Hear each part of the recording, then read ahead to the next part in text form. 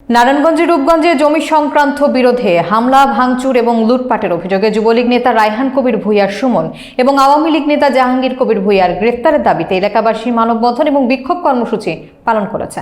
বিস্তারিত দেখুন মাকসুদুল হোসেন তুষারের তথ্যচিত্রে। নারায়ণগঞ্জের রূপগঞ্জ উপজেলার খাদুন এলাকার ঢাকা সিলেট মহাসড়কে রবিবার দুপুরে মানববন্ধন এবং বিক্ষোভ কর্মসূচি পালন করেন এলাকাবাসী।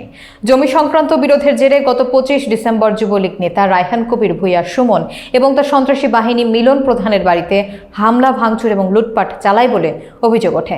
এ সময় বাড়ি লক্ষ্য করে কয়েক রাউন্ড গুলি ছোড়া হয়। এলাকাবাসী সুমনকে আটক করে পুলিশের হাতে তুলে দেওয়া হয়। তবে অভিযোগ রয়েছে মোটা অঙ্কের টাকার বিনিময়ে পুলিশ তাকে ছেড়ে দেয়।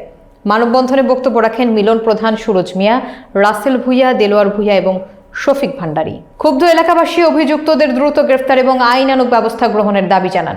উল্লেখ্য, এই ঘটনায় মিলন প্রধান বাদী হয়ে রূপগঞ্জ থানায় মামলা দায়ের করেছেন। অভিযুক্ত সুমন তার ভাই মহসিন কবির ভূঁইয়া বিভিন্ন মামলার আসামি বলেও জানা গিয়েছে। এলাকাবাসীর দাবি দ্রুত কার্যকর করা না হলে আরও বড় আন্দোলনের প্রস্তুতি নিচ্ছেন তারা।